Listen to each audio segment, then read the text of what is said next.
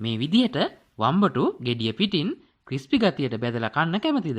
එහෙනම් වීඩියෝ එක අනිවාර්යයෙන්ම බලන්න. මේ කෑම එක හදන්න අවශ්‍ය දේවල් තමයි මෙතන තියෙන්නේ.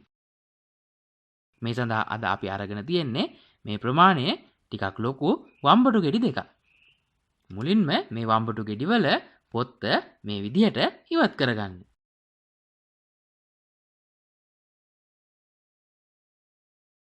පොත්ත ඉවත් කරලා වම්බටු ගෙඩි නැට්ට ළඟින් වෙන් වෙන්නේ නැති වෙන්න මේ විදිහට තීරු වලට කපා ගන්න.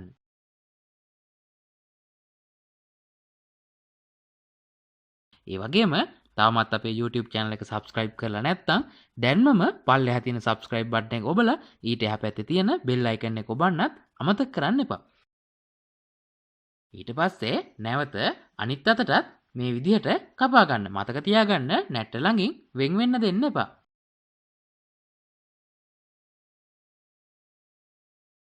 ඊළඟට භාජනයක් අරගෙන එයට පාන් පිටි මේස හැඳි දෙකක් දාගන්න.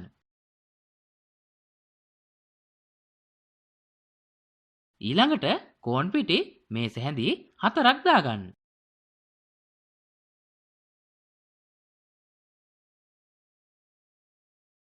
ඊට පස්සේ මිරිස් කුඩු තේ හැන්දක් දාන්න.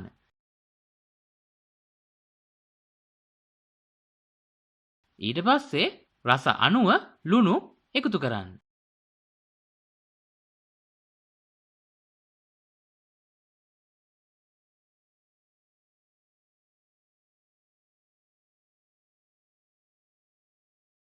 ඊළඟට කහ කුඩු තේ හැඳි භාගයක් පමණ එකතු කරන්න. එකතු කරලා හොඳින් කලවම් කරලා වතුර එකතු කරමින් මේ පේන ප්‍රමාණයේ දියාරු බැටර් එකක් හැදෙනතුරු හොඳින් කලවම් කරන්න.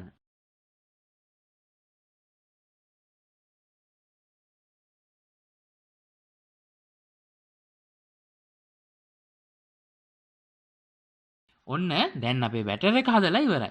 දැන් අපි කලින් කපාගත්ත වම්බටු ගෙඩිය අරගෙන මේ විදිහට මේ බැටර් එක හොඳට වම්බටු ගෙඩියේ හැම තීරුවකම ගෑවෙන්න දවට ගන්න.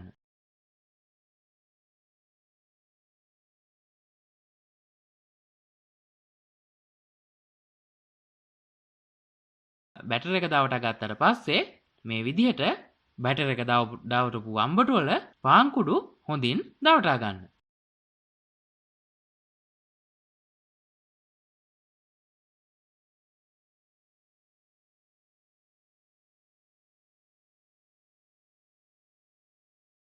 ඒ වගේම තාමත් අපේ YouTube channel එක subscribe කරලා නැත්නම් දැන්මම පල්ලෙහා තියෙන subscribe button එක ඔබලා ඊට එහා පැත්තේ තියෙන bell icon එක ඔබන්නත් අමතක කරන්න එපා.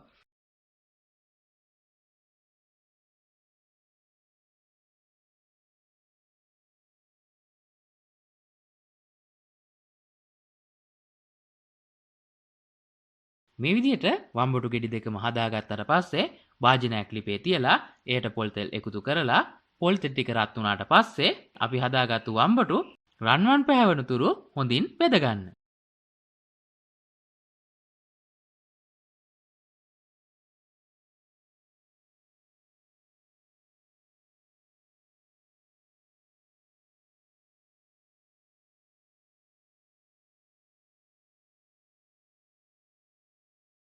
ඔන්න දැන් අපි වම්බටු ටික බෙදලා ඉවරයි. මේ වම්බටු හොඳ ක්‍රිස්පි ගතියට තියෙනවා.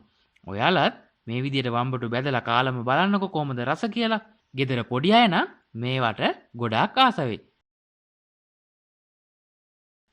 ඒ වගේම වීඩියෝ එක පිළිබඳ ඔයාලගේ අදහස් පහලින් කමෙන්ට් එකක් දාන්න. වීඩියෝ එක යාළුවන්ට බලන්න ෂෙයා කරන්නත් අමතක කරන්න එපා.